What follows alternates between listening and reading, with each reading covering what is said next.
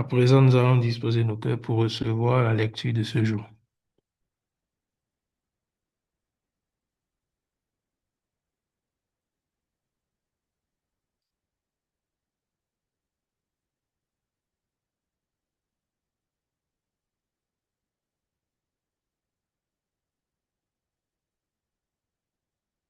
Le titre de notre message de ce jour est La vie de Undoke.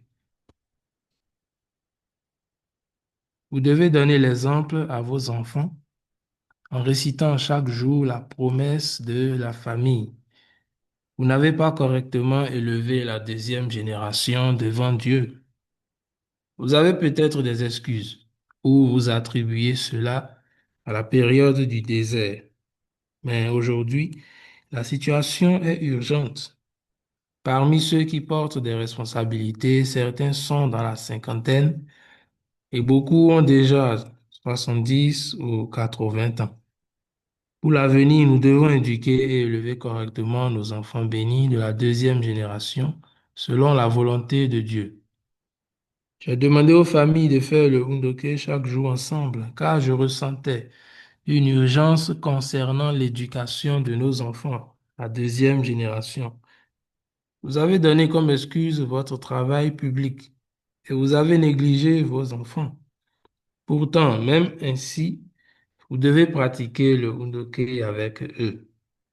Vous devez commencer votre journée de cette manière. Vous devez bien éduquer la deuxième génération. Quelle que soit votre position, vous devez penser aux générations futures. De plus, les responsables doivent aussi penser à leur propre succession. Vous devez vous repentir avec un cœur sincère et désespéré de ne pas avoir préparé quelqu'un pour prendre votre place. Si ce n'est pas encore fait, commencez maintenant. Vous devez être prêt à y donner votre vie. Au début de l'Église, aucun environnement n'était préparé. C'était comme une époque de désert.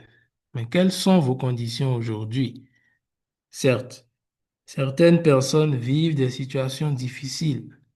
Mais si nous regardons vers l'avenir, il y a de l'espérance. Vous devez avoir confiance. Vous devez être fiers des vrais parents, bien que cela permettra à vos descendants de marcher sur un chemin plus facile. Vous devez accomplir avec sérieux votre responsabilité de messie tribaux. Vous devez aussi éduquer vos enfants à travers une vie de Undoke familiale, afin qu'aucun ne soit laissé de côté. Croyez que le ciel est avec nous. Ainsi, notre nation pourra accomplir sa mission de devenir la patrie de Dieu. Devenez des citoyens qui rendent grâce au ciel. Beaucoup de personnes autour de nous ne savent pas encore. Vous êtes des pionniers. Élevez vos enfants afin qu'aucune famille ne soit laissée en arrière. Si vous pratiquez le Unoke chaque jour, vous recevrez la sagesse nécessaire pour vivre au quotidien. Aujourd'hui, tous les bons ancêtres du monde spirituel reviennent et travaillent avec nous. Dieu est avec nous et c'est l'époque où il peut exercer pleinement son autorité. C'est pourquoi vous devez lire la parole jour et nuit et être capable de la transmettre naturellement, même en vous endormant. Vous devez acquérir la sagesse par la parole et la diffuser. Il en va de même pour les étudiants. Vous devez chercher à devenir un avec Dieu, pratiquant le Undoke le matin avant d'aller à l'école. Si vous sortez avec un cœur sincère pour rencontrer un étudiant capable de travailler encore plus ardemment que vous, à l'accomplissement de la volonté de Dieu et à la restauration de la nation, alors une personne préparée apparaîtra naturellement et viendra à votre rencontre. Merci, c'est la fin de la lecture. Recevons ce message par des ovations. Alors, sur la même lancée, nous allons continuer à ovationner afin de recevoir notre leader national pour son partage. Merci beaucoup. Bonjour famille, chers conseillers nationaux et tous les responsables à différents niveaux. Merci de votre participation ce matin à notre service de dévotion. Et alors, comme nous l'avions déjà abordé hier, la vraie mère est en train de nous renseigner une fois encore sur l'importance de la pratique du Hondoke. Elle a dit qu'elle insiste sur la promesse, pardon, sur la pratique du Hondoke parce qu'elle est suffisamment préoccupée. Elle ressent, ou elle ressentait en ce moment-là, lorsqu'elle donnait ce discours, l'urgence de l'éducation de la deuxième génération. C'est vrai que par endroits, parce qu'elle s'adressait à une communauté, à une grande foule, bon pas une grande foule, mais un nombre un peu plus grand, et ensuite qu'elle s'intéressait spécifiquement aux leaders, elle a dit certaines choses qui peuvent apparaître comme des accusations, mais qui sont la réalité. Elle demande aux familles bénies de donner l'exemple à leurs enfants en récitant chaque jour la promesse des familles. Elle dit, vous n'avez pas correctement élevé la deuxième génération. On peut avoir peut-être des excuses selon lesquelles, bon, on était dans la période du désert, il y avait telle et telle chose qui s'imposait à nous, et pour les leaders, ils peuvent dire ils ont vraiment une responsabilité très prenante, ils sont très sollicités ici et là, mais qu'il n'y a pas de raison de dire que à cause de la vie publique, à cause de la mission, à cause de l'appel et de la responsabilité, qu'on néglige ses enfants. Elle nous renvoie à comprendre que la parole des vrais parents et la pratique du Hondoke est vraiment une tradition essentielle. Et ça fait partie de l'héritage des vrais parents qu'ils ont laissé. Notre père nous avait dit qu'il nous laisse huit grands textes sacrés. Mais comment est-ce qu'on étudie, comment est-ce qu'on s'abreuve à ces textes-là? La vraie mère aussi a dit que la parole des vrais parents cristallise le coup des vrais parents. Et que lorsqu'ils ne seront plus là, c'est le Hondoke qui va perdurer. C'est pourquoi ici encore, elle rappelle la responsabilité des familles bénies de faire le mécénat tribal. Donc tout est vraiment lié à l'étude de la parole, à la pratique du Hondoke. Et surtout que cela se fasse en famille. Parce que c'est le premier cadre de contact de la prochaine génération avec la parole des vrais parents. Que les enfants fassent les révérences sans comprendre ce que ça veut dire. Que les enfants apprennent à prier ou voient les parents prier et réciter la promesse des familles. Et même ne pas le faire ne pas le faire avec une certaine attitude consciente. Tout ça commence à créer des habitudes et à créer un standard de vie pour l'individu. Parce que lorsque les enfants quittent le cadre familial et vont se retrouver dans un endroit différent, ils vont copier ce qui s'y fait. J'échangeais avec euh, l'un de nos parents déjà, de la troisième génération au Bénin, qui me disait la dernière fois, vraiment, si on avait les moyens, qu'est-ce qu'on ne ferait pas pour que notre enfant n'aille pas dans tel ou tel établissement ou n'aille pas dans un environnement comme cela. Pourquoi? Parce que dans l'environnement où ils vivent, ils ont déjà observé que certains enfants ont tendance à vouloir s'approcher d'une certaine manière de leur enfant de la troisième génération. Et ils ont observé aussi ce que les enfants qui reviennent de l'école disent et racontent. Et je peux vous dire aussi qu'en échangeant ou en ayant dans ma responsabilité de leader de la jeunesse, ayant échangé avec plusieurs de mes frères et sœurs, je peux vous dire que nous sommes vraiment en danger. Nous ne savons pas, nous ne connaissons pas à quoi les jeunes sont exposés lorsqu'ils vont dehors. Beaucoup de jeunes aujourd'hui, pas forcément chez nous, beaucoup d'enfants sont exposés très tôt très tôt, très tôt, depuis la maternelle, à des attitudes, à des éléments qui peuvent déjà commencer à entacher leur pureté. Beaucoup reviennent et vous êtes surpris ou parfois vous riez de voir vos enfants danser d'une certaine manière. Ça amuse parce qu'on se dit que l'enfant est petit. Mais quel est le sens? Qui a appris à cet enfant à danser de la sorte? L'enfant pratique sans comprendre. Mais si cette attitude n'est pas adressée, n'est pas corrigée d'une certaine manière, plus tard ça devient quelque chose qui fait partie de l'enfant. Lorsqu'on prend même pour nous au Bénin les choses les plus simples, les plus ordinaires, comme les Toyom et Adoumi et tout ça, qui grandissent en l'enfant et qui finissent par s'intégrer finalement à sa manière de penser, à sa manière de parler, à sa manière de se comporter. Comment est-ce qu'on corrige tout cela? On n'a pas encore de dispositif capable de corriger ou d'amener l'enfant. Même notre école de dimanche n'est plus viable, mais au moins dans le cadre familial, à travers la pratique du hondoké, il y a beaucoup de ces tendances qu'on peut déjà commencer à corriger. Parce que comme je le disais hier, l'enfant a besoin d'être imprégné de la parole, il a besoin de penser selon les critères, selon les standards établis par les vrais parents et de savoir ce qui est correct et ce qui ne l'est pas. Voilà l'appel que les vrais parents nous lancent lorsqu'ils disent surtout qu'il faut commencer à former la prochaine génération. Il ne s'agit pas seulement de leadership, mais il s'agit surtout de la vie de notre communauté, de la vie spirituelle. Il s'agit vraiment c'est vraiment une question de notre survie.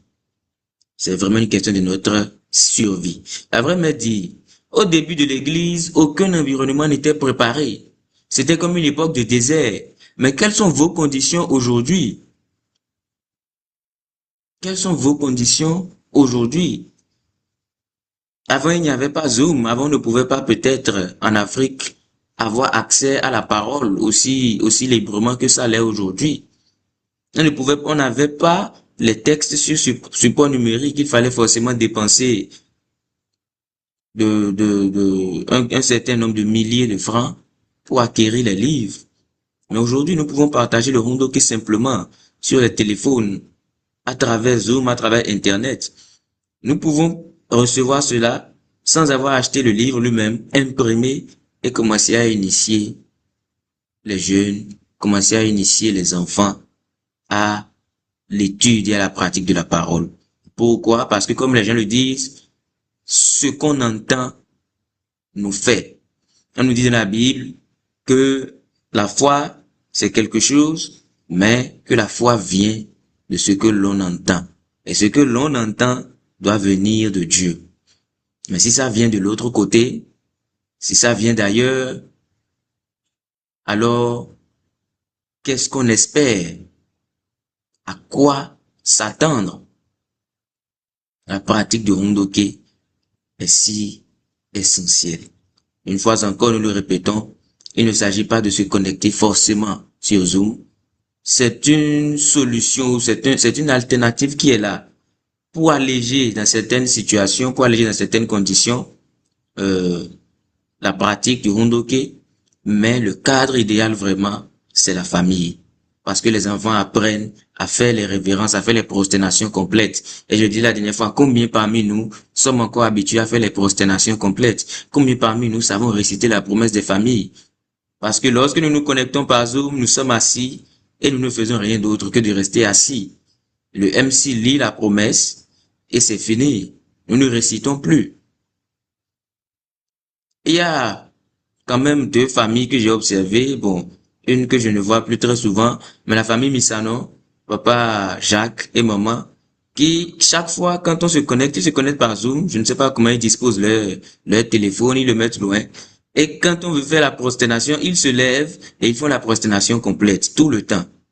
Avant, il y avait aussi, lorsque j'étais au Nigeria, j'avais vu qu'on étudiait le Hondoke avec Dr. Young, je voyais Papa Asatola qui a toujours adopté le style traditionnel de Hondoke. Pendant qu'il suivait, il était assis devant son hôtel, la caméra était éloignée et il se levait, il faisait sa prosternation, il s'asseyait vraiment comme dans le style de Hondoke que nous avons cultivé, que nous avons reçu dès le début. Nous avons besoin de retourner progressivement à cela. Nous avons vraiment besoin de retourner progressivement à cela pour que le contact parental, l'échange, la chaleur puisse revenir. Même si on continuait avec Zoom pendant un certain temps encore, que progressivement les parents essayent de renouer ce contact-là, essayent de créer ce cadre-là. Parce que la vie aujourd'hui est telle que il y a tellement de difficultés, il y a tellement de préoccupations, il n'y a pas beaucoup de temps pour permettre aux uns et aux autres de vraiment, comment on dit, familiariser, de vraiment communier. Il n'y a pas beaucoup de temps pour les parents d'écouter leurs enfants. Il n'y a pas beaucoup de temps pour les parents de passer ce temps-là ensemble, centré sur la parole, centré sur l'étude de la parole des vrais parents. Mais c'est cela, le cadre de formation des futures familles bénies. Parce que ce que nous avons vu faire ou ce que les enfants ont vu faire, c'est avec ça ils vont grandir et c'est ce qu'ils vont répéter dans leur cadre familial. Alors, prenons garde à créer vraiment un cadre idéal, un cadre, même s'il n'est pas idéal, au moins d'entraînement, un cadre qui incite la jeune génération à la pratique de Hondoke. Et pour nous aussi, en tant que personnes déjà un peu plus âgées ou en tant que leader, en tant qu'aînés, nous avons besoin de toujours retourner à cela. La parole des vrais parents est diverse et variée. Ne soyons pas fatigués d'entendre des expressions qui se répètent, parce que beaucoup de ces discours que les vrais parents ont donnés, les ont donnés à différents endroits. Et parfois, les discours se répètent parce que ce qu'ils ont dit à quelqu'un en Corée, lorsqu'ils vont aux États-Unis, ils sentent qu'ils ont besoin de dire la même chose. Parce que dans le temps, il n'y avait pas Zoom pour que tout le monde puisse écouter au même moment. C'est pourquoi parfois, on a l'impression que la parole des vrais parents se répète, qu'on ne dit que la même chose. Non. Généralement, c'est une compilation de discours. Ce que notre père a dit quelque part, ailleurs il a dit encore, mais la différence c'est qu'il a ajouté quelque chose d'autre. La vraie mère a peut-être ajouté une phrase, deux phrases de plus. Notre père a peut-être clarifié un concept. Et on se rend compte que si on enlève totalement ce que le vrai père avait dit avant de dire ce concept-là, il n'y a plus vraiment de sens. C'est pourquoi vous avez peut-être observé que dans les paroles des vrais parents, parfois, il y a comme une répétition. Surtout dans le Cheonsongyeong. Il y a comme une répétition, mais ce n'est pas grave. C'est toujours pour approfondir ce que nous avons reçu. C'est toujours pour approfondir la parole. La preuve est que quand vous avez lu une fois et qu'après un certain temps, à cause des nouvelles expériences que vous avez eues, à cause de la nouvelle compréhension, à cause de la croissance de la compréhension que vous avez eue, lorsque vous relisez ces mêmes paroles, vous sentez qu'il y a quelque chose, soit il y a quelque chose de nouveau, soit il y a plus de profondeur. C'est cet exercice que nous devons faire. Lorsque nous regardons les chrétiens, depuis plus de 400 ans, ils enseignent basés sur la Bible. Je trouve que c'est extraordinaire. Vous prenez des églises établies depuis 10 ans. Je pense que en 3 ans, on a couvert déjà l'enseignement de la Bible, de la Genèse jusqu'à l'Apocalypse. Les gens ont lu la Bible en 1 an. Pour l'enseigner aussi, on a fini de l'enseigner en 3 ans, si on veut aller livre par livre. Mais comment se fait-il que depuis plusieurs années, les églises chrétiennes, les catholiques par exemple, enseignent constamment, donnent leurs sermons constamment de la Bible. Et ça ne fatigue pas, ça n'épuise pas. C'est ce même exercice que nous devons faire. Nous avons besoin de nous abreuver suffisamment. Parce que les vrais parents ont dit que le point de départ de la foi, c'est la compréhension. Le point de départ de l'intelligence, c'est la compréhension. Le point de départ du savoir, c'est la compréhension. Donc si nous ne comprenons pas la parole, nous n'avançons pas grandement. Si nous n'étudions pas la parole, nous avons toujours nos propres concepts. Nous avons toujours notre propre système de pensée et nous n'allons pas aider la prochaine génération à avoir un système de pensée qui est bien établi, qui est établi selon le standard des lois du ciel, selon le standard que les vrais parents nous ont montré, selon la voie que les vrais parents nous ont tracé. Or, c'est le chemin que nous devons suivre. Or, c'est la voie pour un réel changement du monde. La vraie mère dit, si vous pratiquez le Hondoke chaque jour, vous recevrez la sagesse nécessaire pour vivre au quotidien. Aujourd'hui, tous les bons ancêtres du monde spirituel reviennent et travaillent avec nous. Dieu est avec nous et c'est l'époque où il peut exercer pleinement son autorité. C'est pourquoi vous devez lire la parole jour et nuit et être capable de la transmettre naturellement, même en vous endormant. Vous devez acquérir la sagesse par la parole et la diffuser. Vous devez acquérir la sagesse par la parole et la diffuser. Cela aussi nous montre la limite que nous avons dans le témoignage. Nous ne savons pas, nous ne sommes pas convaincus, nous n'avons pas suffisamment d'énergie parce que nous ne lisons pas assez. Les chrétiens lisent et relisent, ils lisent des versets qui les inspirent, ils lisent des versets qui les fortifient, ils lisent des extraits de paroles qui leur font se dire, il faut absolument que je partage ceci avec quelqu'un. Il faut absolument que je me lève. Il faut absolument que je bouge d'une certaine manière. C'est la même chose que nous avons comme responsabilité. Non seulement comme responsabilité, mais aussi comme appel. Ça doit être notre mode de vie. Ça doit être ce que nous pratiquons naturellement. Afin vraiment de garantir la croissance de notre famille et la survie de notre organisation. Chers familles, chers frères et sœurs, c'est ce partage que j'ai été inspiré à faire ce matin, centré sur la parole des vrais parents. Ce que nous avons étudié, c'est un extrait de l'anthologie de la vraie mère et le titre de cette partie, c'est Tradition et héritage. Tradition et héritage. Nous avons vu que depuis 2 ou 3 jours, tout ce que nous avons étudié, la vraie mère est en train de nous montrer la voie pour le futur, la voie pour la postérité. Parce que si nous n'allons pas au Hondoke, nous ne pouvons pas hériter de ce que les vrais parents ont bâti. Nous ne pouvons pas hériter véritablement de la tradition et nous ne pouvons pas la transmettre. Merci beaucoup pour votre attention.